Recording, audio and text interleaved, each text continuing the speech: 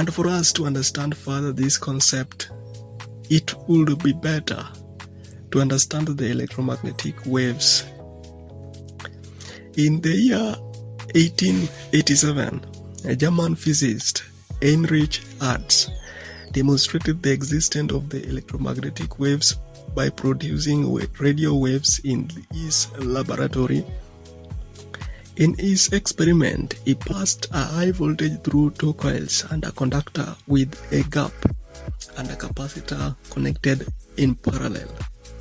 The high voltage produced a spark at the gap, and also there was a spark at the loop antenna placed a meter away.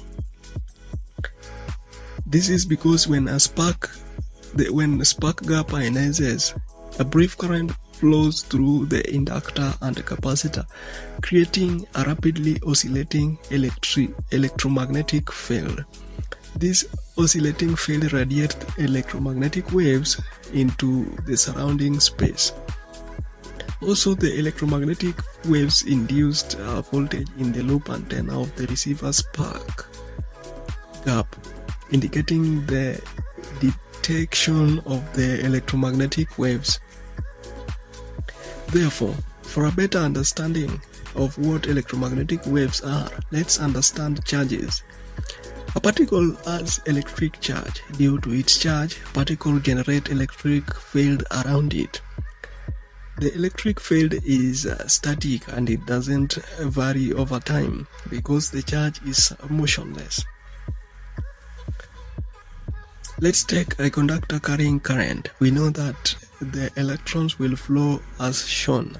Bringing a charged object near the conductor at first, because the conductor is motion, because the object is motionless, the charges in the object are electrically neutral with respect to the conductor charges containing equal number of electrons to protons. But magic happens when we accelerate the object along the conductor. The object will not accelerate in a straight line, meaning a strange force exists around the conductor other than the electric force. This force is called magnetic force. It is just an electric field force analyzed in a different dimension. We can use different theories to analyze the strange force and how it occurs, but here is the perfect way to analyze it, is using the principle of special relativity. The principle of relativity explains that the laws of physics are the same in all initial references frames. This means that the laws of physics don't change regardless of whether you are standing still, moving at a constant speed, or observing something else moving at a constant speed. With this hint, we can analyze the phenomenon causing the object to move away. Instead of viewing the scenario that electrons and object is moving, let's view from the perspective that the conductor and protons are moving, and let's stand at the object viewing it. According to special relativity, the faster the object moves, the more its length gets contracted. Protons in the conductor are then in motion.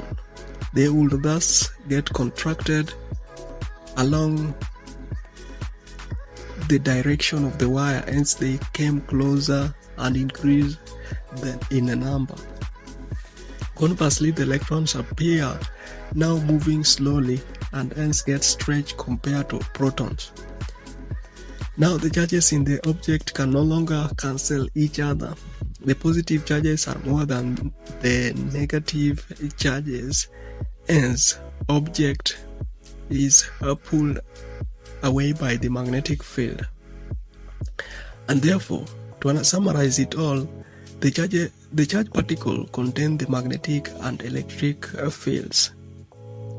These fields are summarized by right-hand rule to know their direction, but on the same, Before the demonstration of these waves by the Hertz on the existence of the electromagnetic waves, Scottish scientist James Clerk Maxwell developed the theory of the electromagnetic waves in the 1860s and 1870s. The famous Maxwell equations are four Maxwell's equations. The first equation is said that charges act as a source of the electric field. The second equation is said that standalone magnetic charges cannot exist, meaning that North Pole must come with a South Pole. That if you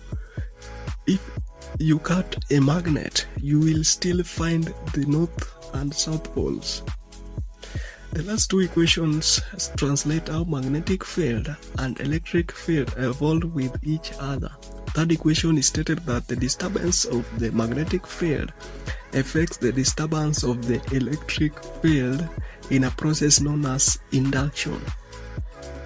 Meaning that if we push a magnet inside the coil of a wire, the electrons are set in a motion through induction.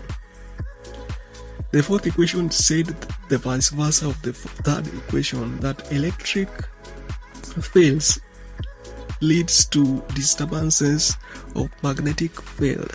Therefore, the third and fourth equation relates accordingly.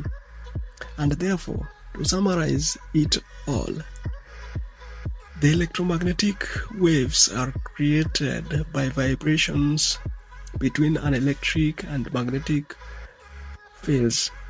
They can travel through air, solid material, and vacuum tube. The waves have properties such as the reflection, refraction, polarization, and the rest.